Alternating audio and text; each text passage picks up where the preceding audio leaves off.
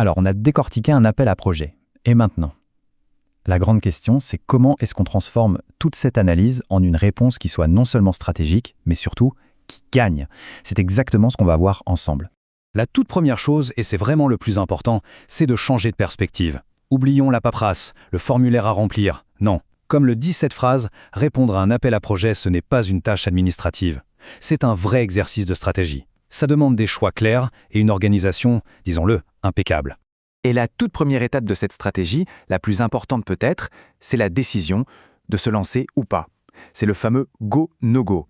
Tout part d'une question simple, mais qui exige une franchise totale avec soi-même. Est-ce qu'on est réellement le bon candidat pour cet appel à projet en particulier ? Pour y répondre, on peut utiliser 4 filtres. D'abord, l'éligibilité. C'est la base. Si on ne coche pas la case, on arrête tout de suite. Ensuite, l'adéquation au thème. Est-ce que notre projet colle pile poil ou est-ce qu'on essaie de le faire rentrer au chausse-pied ?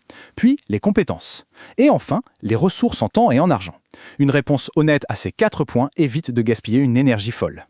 Et ça nous amène à une idée qui peut paraître contre-intuitive. Savoir dire non, ce n'est pas un échec. Bien au contraire. C'est une décision stratégique brillante qui permet de garder ses forces pour les opportunités qui comptent vraiment. Donc pour boucler cette première partie, retenons ça. La lucidité, c'est le socle de tout. Un go ne doit jamais être un réflexe, ça doit toujours être une décision éclairée. Ok, la décision est prise, c'est un go. On passe à la suite. Maintenant, tout l'enjeu, c'est de définir le positionnement du projet. Concrètement, comment va-t-il sortir du lot ? Le positionnement, qu'est-ce que c'est au fond ? Eh bien, c'est la capacité à donner une réponse limpide à cette question précise. Et vous voyez, chaque mot est important.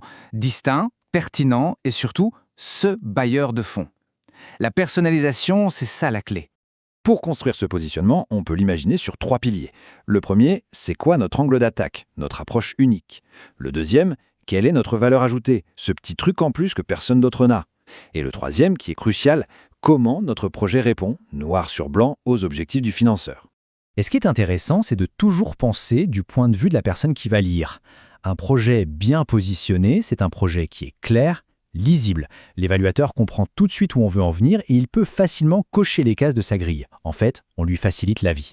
Bon, la stratégie est définie. Il faut maintenant la mettre en musique. Et pour ça, il faut un plan solide. Un plan pour les gens, l'équipe, et un plan pour le temps, le calendrier. La force d'un projet, c'est son équipe. Il est donc absolument stratégique de s'assurer qu'on a bien toutes les compétences nécessaires à bord, ensuite que chacun sait exactement ce qu'il a à faire, que les rôles sont clairs, et enfin que les partenaires qu'on choisit sont non seulement crédibles, mais aussi complémentaires. Côté organisation du temps, le maître mot, c'est l'anticipation. Ça se traduit comment ? Par un calendrier réaliste, une répartition des tâches qui a du sens, et le point qu'on oublie tout le temps, bloquer des plages horaires bien définies dès le début pour la relecture et la validation. Et ça illustre parfaitement pourquoi ce planning est si vital. Cette phrase est un avertissement qu'il faut prendre très très au sérieux. La précipitation, ça mène aux erreurs, aux oublis et souvent au rejet du dossier. L'anticipation, c'est le meilleur des remèdes.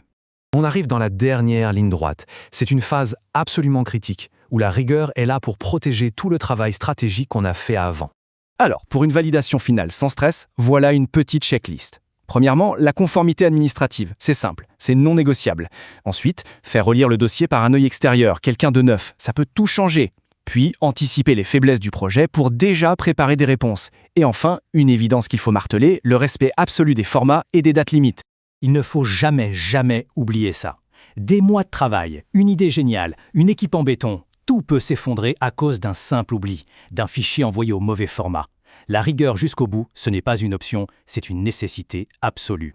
Pour résumer tout ça, on voit qu'une stratégie gagnante, c'est un tout, un ensemble cohérent qui repose sur ces 4 piliers, un choix de départ éclairé, un positionnement limpide, une organisation rigoureuse et un alignement parfait avec ce que le financeur attend. Je nous laisse donc avec cette question pour la suite. Pour la prochaine proposition, est-ce que l'objectif sera juste de remplir un document ou de construire une véritable stratégie ? La réponse à cette question pourrait bien tout changer. Merci de m'avoir écouté.